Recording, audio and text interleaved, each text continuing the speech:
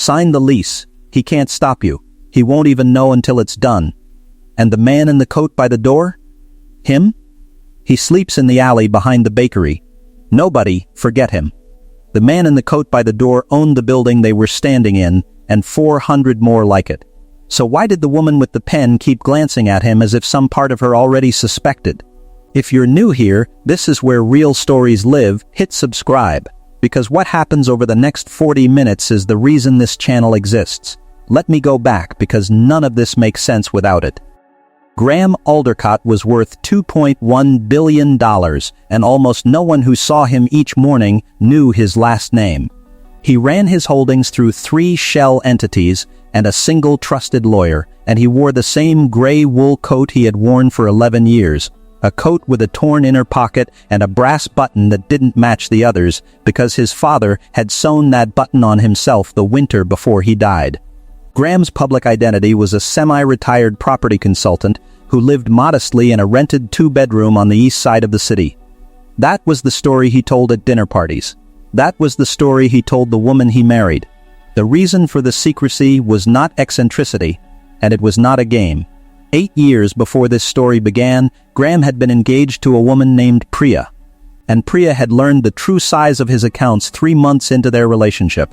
What followed taught him something he never unlearned. She had stopped asking about his day and started asking about his portfolio. She had introduced him to her brother who needed an investor. She had begun sentences with the phrase "when we're married" in a way that always circled back to a number.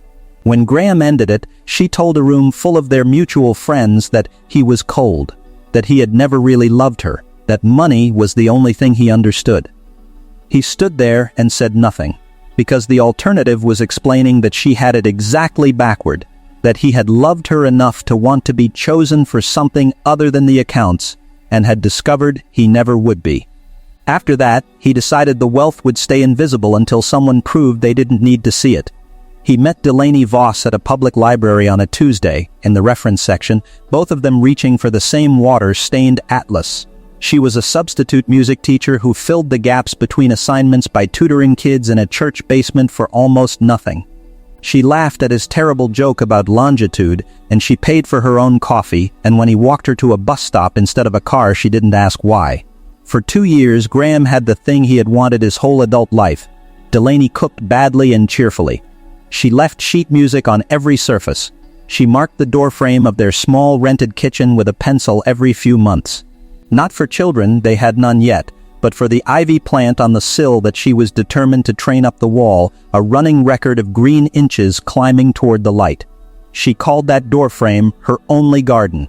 Graham watched her draw those small pencil lines and felt, for the first time since his father died, that he had built a life that would survive being seen. They married in a courthouse with 2 witnesses and a lunch afterward at a diner. Delaney wore a dress she'd bought second-hand and altered herself. Graham wore the gray coat. It was, by every measure that mattered to him, the happiest afternoon of his life, and he has never once pretended otherwise, even after everything. The change did not arrive as a storm. It arrived as a series of small comparisons, the way water finds the lowest crack in stone and widens it over months.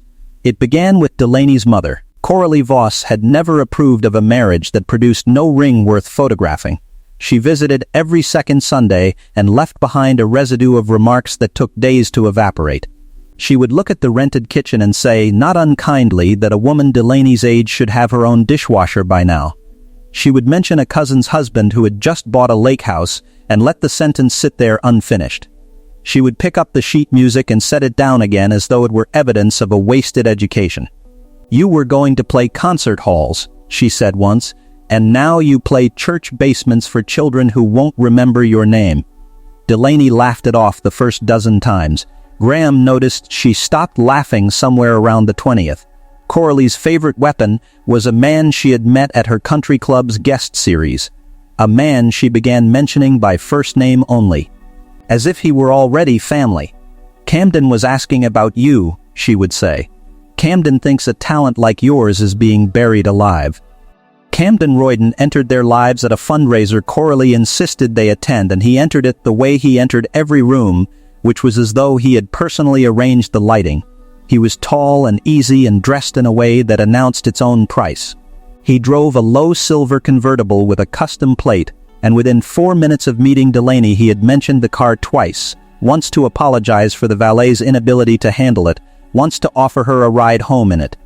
He wore a watch the size of a small clock and told a story about almost buying a yacht in Monaco but deciding the slip fees were vulgar. He described himself as a private equity consultant who moved capital where it wanted to go. Graham, who moved actual capital for a living, recognized the vocabulary of a man who had read about wealth without ever holding it. Camden fixed on Delaney with the focus of a man reading a balance sheet. He praised her music in specific, flattering, well-rehearsed sentences. He told her that a woman like her should be recording, touring, seen. He offered to make some calls. He said the word wasted about her life in front of her husband and smiled while he said it.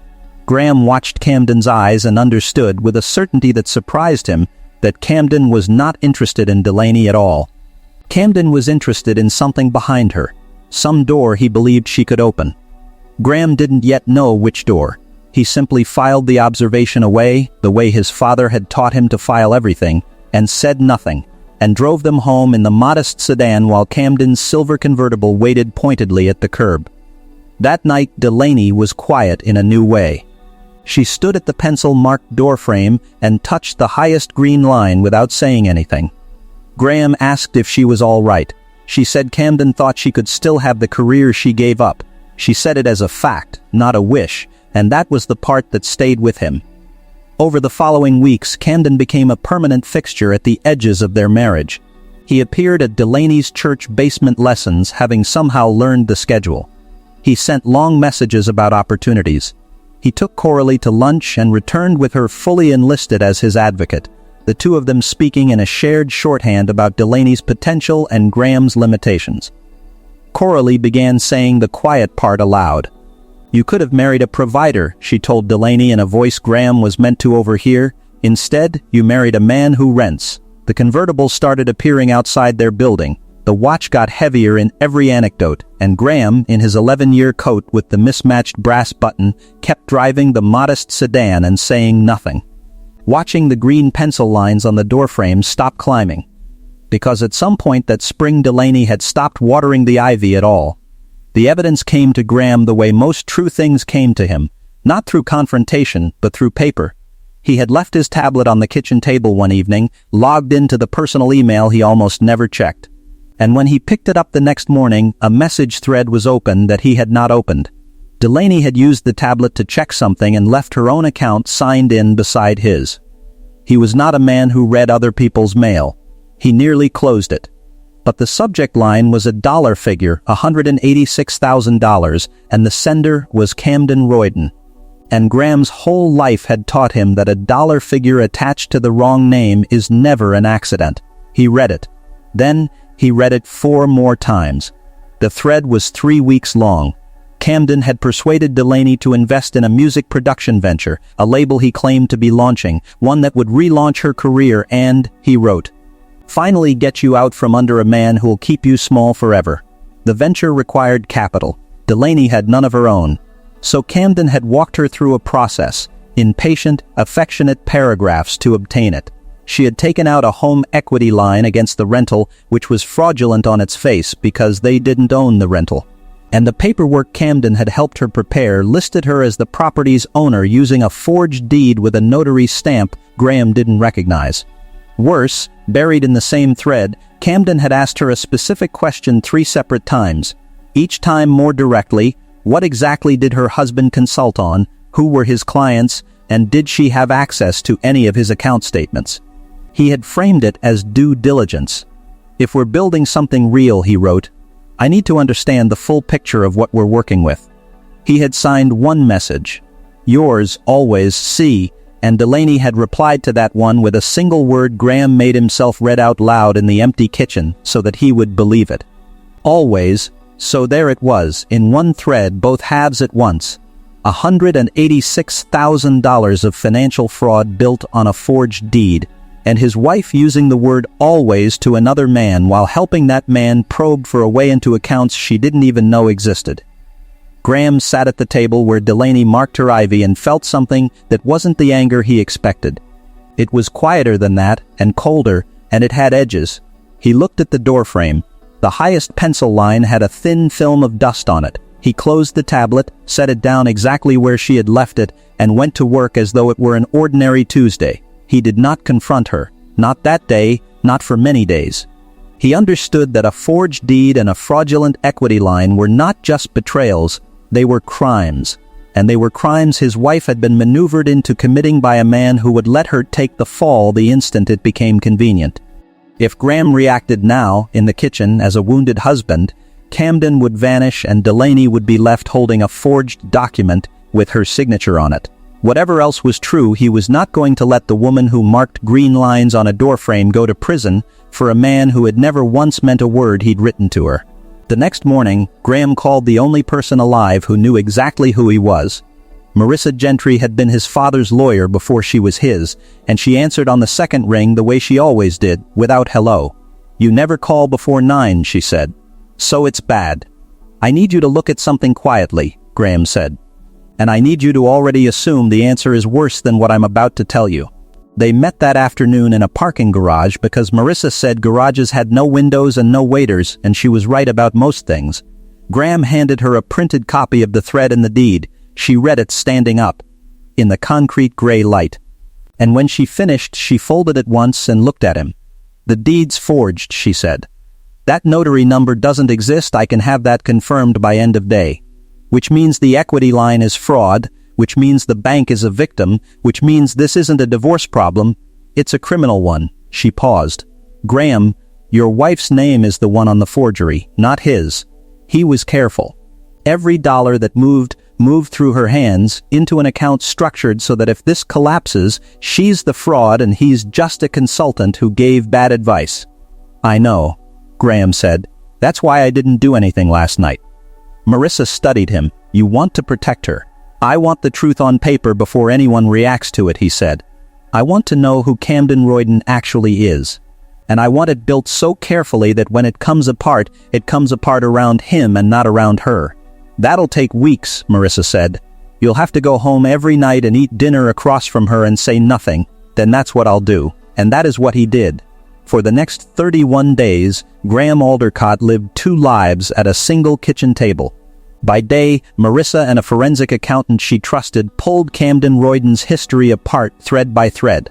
What they found was not a private equity consultant. Camden had run a music venture once before, in a different city under a slightly different spelling of his name, and it had ended with a settlement, a non-disclosure agreement. And a woman named Bethany, who had lost $40,000 and her house. He had done it again 2 years later. There was a pattern. Find a talented woman married to modest-seeming comfort, convince her the man beside her was the ceiling on her life, root money through her and disappear when the money ran out. Delaney was not his first, she was his fourth. Marissa laid the timeline across the garage floor in printed pages one evening, weighing the corners with parking stubs. 4 women, she said. Same script every time. And here's the part that matters for you. She tapped a page. In 2 of the 4, the endgame wasn't the woman's money at all. It was the husband's. The women were the door. He'd get them to pull statements, account numbers, anything, and then he'd move on the husband directly. A fake investment, a forged authorization. In one case, he cleared a man's business account of $90,000 using information the wife handed over without ever understanding what it was for. She looked up. He's not after Delaney's $186,000. He's after you. He just doesn't know yet how much you is worth. Graham sat with that on an upturned bucket in the garage. There was a moment, he admitted it to Marissa later, when everything in him wanted to go home that night, put the whole file on the kitchen table and watch Delaney's face as she understood. The temptation was physical, a pressure behind the sternum. But he thought about the notary stamp with her signature under it, and he thought about the 3 other women who had been left holding the forgery while Camden drove away in a silver car, and he chose to wait. If I confront her now, he told Marissa, he runs, and she's the only name on the crime. If I wait, I can put him somewhere he can't run from. With her name cleared before anyone else ever sees it. He waited. It was the hardest thing he had ever chosen. Harder than the coat, harder than the silence 8 years before, and he chose it every single night for a month across a table marked with pencil lines that had stopped climbing. Camden, meanwhile, grew impatient. Marissa's monitoring caught it. He pushed Delaney to move faster, to draw down the equity line in full, to commit. And then Coralie handed them the stage. She announced a party, a lavish anniversary celebration for herself at the country club, the kind of event she had always wanted her daughter's marriage to justify. She invited 200 guests. She invited Camden as the guest of honor beside her. Seated Delaney at the head table and seated Graham deliberately at a table near the kitchen doors. She told Delaney it would be a night to show everyone how far you could still go. She meant it as Camden's coronation. Graham accepted the invitation the moment it came and called Marissa the same hour and said only, "That's where we do it. Bring everything." The country club's ballroom held 200 people beneath 3 chandeliers, and Coralie had placed herself under the largest one. Camden stood at her side in a dinner jacket that fit like a promise. Delaney sat at the head table in a borrowed gown, and Graham sat near the swinging kitchen doors in his gray wool coat, the brass button catching the light. Coralie rose to speak first, glass in hand. "Some people," she said, letting her eyes travel to the table by the kitchen, "spend their lives renting. And some people understand that talent like my daughter's deserves a bigger stage. Tonight I want to thank the man who's finally giving her one." She lifted her glass toward Camden. To Camden, who saw what the rest of us had to marry into disappointment to learn. There was laughter. Delaney did not laugh. She looked at the table by the kitchen doors and then quickly away. Camden stood. He thanked Coralie. He turned to the room and began, smoothly, to describe the future, the label, the tour, the recordings. "Delaney's been held back too long by people with no vision," he said. "By people who rent. It's time somebody with real capital invested in her." He raised his glass. "Have him removed from the head table conversation, Coralie. This is about people who build things." The waiter he gestured toward did not move. The waiter looked instead at the man by the kitchen doors and hesitated, because the waiter had been briefed an hour earlier by a lawyer named Marissa Gentry. And the waiter knew exactly whose name was on the deed to the building the country club leased its land from. Graham stood. "Sign the lease," he said quietly into the pause. "He can't stop you. He won't even know until it's done." He let the words land on Camden's face. "You said those things to my wife 3 weeks ago. In writing. About a lease on a building she doesn't own, in a deed with a notary stamp that doesn't exist." The room went still. Coralie's smile cracked at one corner. "Who?" Camden said, and stopped, because his own voice had gone thin.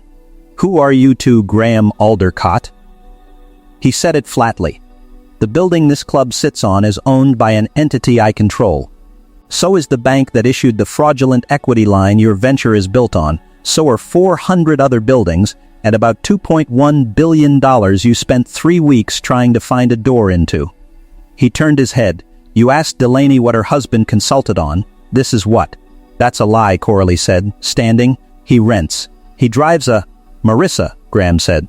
Marissa Gentry walked out from beside the kitchen doors with a folder, crossed the parquet in the silence, and set it open on the head table in front of Delaney. "The forged deed," she said, loud enough to carry. "The fake notary, the equity line. And Camden Roydone's other 3 names in 3 other cities with 3 other women." She looked at Camden. "Bethany says hello." Camden's glass was still in his hand. He set it down very carefully as though it had become the only stable object in the room. "This is a private matter," he said to no one. "It stopped being private," Graham said, "when you put my wife's signature on a felony." Delaney had opened the folder. She was reading the thread, her own words, the word always. And beside it the forensic timeline of the 3 women before her. Her hand went to her mouth. She looked at the forged deed with her name on it, and then at Camden, and then, last and longest, at the man by the kitchen doors in the coat she had married him in. "Graham," she said. It was barely a word. He did not answer her yet. He was watching Camden reach, slowly, for the exit that wasn't there. The unraveling did not happen all at once. It happened the way a load-bearing wall comes down, one careful cut at a time, each one final. Camden Royden went first and hardest, because Marissa had built the file for exactly this. Within 72 hours, the forensic accountant's report, the 4 women, the 4 cities, the pattern of rooting capital through wives to reach husbands. was in the hands of a state financial crimes investigator Marissa had quietly briefed a week before the party. The forged deed carried a notary number that had never been issued, and that single fabricated stamp was enough to convert a civil embarrassment into criminal fraud.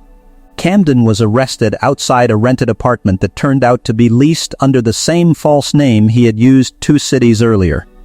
The silver convertible was a lease, 3 payments behind. The watch, when appraised for the asset seizure, was a replica worth $400. Bethany and the 2 women after her agreed to testify once they learned they were not alone. Camden Royden had spent years being the only person in every room who knew the whole story. He would spend the next several years in a place where that was no longer an advantage. Coralie Voss unraveled more slowly and more quietly, and in some ways more completely, because her downfall was social and there was no lawyer who could seize it back. She had stood under the largest chandelier in that ballroom and toasted a con man while mocking her own daughter's husband to 200 witnesses. Those 200 people talked. The country club whose land Graham's entity owned did not renew her guest membership. Not as revenge, Graham never asked for it, but because a board reads a room. The cousins with the lake house stopped returning her calls. The woman who had spent years measuring her daughter's marriage against other people's dishwashers discovered that the marriage she had ridiculed was, by an almost incomprehensible margin, the wealthiest one in her entire extended family, and that she had spent that wealth's whole existence insulting it to its face. She wrote Graham a long letter. He read it once and did not reply, because some corrections a person has to sit inside alone. Delaney's unraveling was the one Graham had spent 31 nights trying to control, and it held. Because Marissa had built the case to fall on Camden and around Delaney, the investigator's report was explicit. Delaney Voss was a victim of a documented, repeat offense fraud pattern manipulated into a forged instrument she did not have the expertise to recognize. She had signed the deed, yes, but the whole architecture of the crime had been designed by Camden to make exactly that signature the thing that hanged her. With the 3 prior women testifying to the identical method, no charge against Delaney ever went forward. Graham had made sure of it before she ever knew she needed protecting. She learned only afterward that on the night she wrote always to another man, her husband was already 30 pages into the file that would keep her out of a courtroom, and Camden's true motive stood fully exposed by the end. He had never wanted Delaney. Marissa put it plainly in her final memo, and Graham let Delaney rate it. The messages praising her music were copied nearly word for word from the messages Camden had sent Bethany and the 2 women before her, down to the phrase, "buried alive." The affection was a template. The always was a keystroke. What Camden had wanted was the account statements he'd asked for 3 times. The door behind the woman and Delaney had simply been the 4th door he tried. She had been to him a lock to pick. Reading that in Marissa's flat prose was the thing that finally broke something loose in Delaney that the arrest and the party never had. Graham could have gone further. Marissa told him so directly. He owned the paper on Coralie's remaining debts, he could have called them. He had standing to pursue Delaney civilly for the equity line regardless of the criminal outcome. He chose not to. And he could have let the story of the party spread with his name attached and become for a season the man who humiliated a con artist in a ballroom. He did none of it. "You could bury all 3 of them," Marissa said in the garage the last time they met about it. "You have the standing. Say the word." "I'm not going to," Graham said. "Why not?" He was quiet for a moment. "There are 600 people who work in the buildings that entity owns," he said. "Cleaners, property managers, a whole maintenance staff. People who have no idea any of this happened and shouldn't have to. If I turn myself into the man from the ballroom, the billionaire who destroyed his mother-in-law and jailed his wife's almost lover for sport, then that's the story attached to every building with their name on the payroll. I'd be protecting my pride by spending their dignity." He shook his head. "Camden broke the law and the law has him. That's justice. Everything past that isn't justice, it's just noise. And I've spent 11 years being quiet for better reasons than noise. I'll take the crime to the state. I'll leave the rest of it alone." Marissa closed her folder. "Your father would have said the same thing." "My father," Graham said, "is the reason I know the difference. He did not divorce Delaney in a courtroom, and he did not stay married out of some performance of forgiveness. What happened between them was smaller and harder than either. He asked her one evening at the kitchen table to tell him the truth about all of it, not the fraud, which he already knew line by line, but the earlier thing, the part no file could hold. When had she started believing the man she married was the ceiling on her life instead of the floor under it? Delaney sat across from him at the table she had marked with pencil for 2 years, and she did not reach for an excuse. "When my mother made it sound like settling," she said. "And when Camden made it sound like rescue. And I let a stranger tell me who you were instead of the man who paid for his own coffee and let me pay for mine." She looked at the doorframe. "I stopped watering the ivy in April. I didn't even notice I'd stopped." Graham got up. He filled a glass of water from the tap, and he walked to the windowsill and he poured it slowly into the dry pot of the ivy that had gone brittle and gray over the spring. Then he took a pencil from the drawer, the same soft pencil she always used, and he set it on the sill beside the pot. He didn't say what it meant. He didn't have to. They did not fix it that night. Trust doesn't refill like a glass.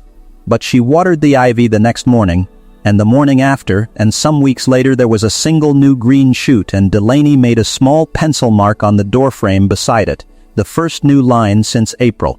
Whether the marriage lasted is not, in the end, the point of what Graham learned. The point is that he chose, at every turn, to be a man who protected the thing he loved even while it was failing him, and to stop exactly at the line where justice ended and cruelty began. If this story stayed with you, here's what I want you to sit with. The man in the coat was never hiding his money because he was ashamed of it. He was hiding it because he had learned, the hard way, that the moment people can see the size of what you have, most of them stop seeing you. Graham spent 11 years in the same gray coat with a brass button his father sewed on by hand. Because that button was the one thing in his life he was sure had been given to him for its own sake and not for what it could open. And when everything came apart, it was not the $2 billion that saved the woman he loved from a courtroom, it was 31 nights of quiet, patient, unglamorous work, done for her before she ever knew she needed it, and stopped the instant it would have curdled into revenge. Money exposed the people around him. Restraint revealed him. There is a difference between winning and being right, and the whole distance between them is measured in what you choose not to do once you finally have the power to do it. Graham had the power to destroy 3 people. He used it to protect 600 strangers and 1 dry plant on a windowsill, and then he put the power down. We tell stories like this every week, stories about the quiet ones, the ones who wait, the ones who choose the harder decency when no one's watching. If that's the kind of story that means something to you, subscribe and stay, because there's another one coming in a few days. And before you go, tell me in the comments, have you ever had to sit across a table from someone, knowing the whole truth, and choose to stay quiet until the right moment, not out of weakness, but because speaking too soon would have cost the wrong person everything? I read those. That's where the real stories live.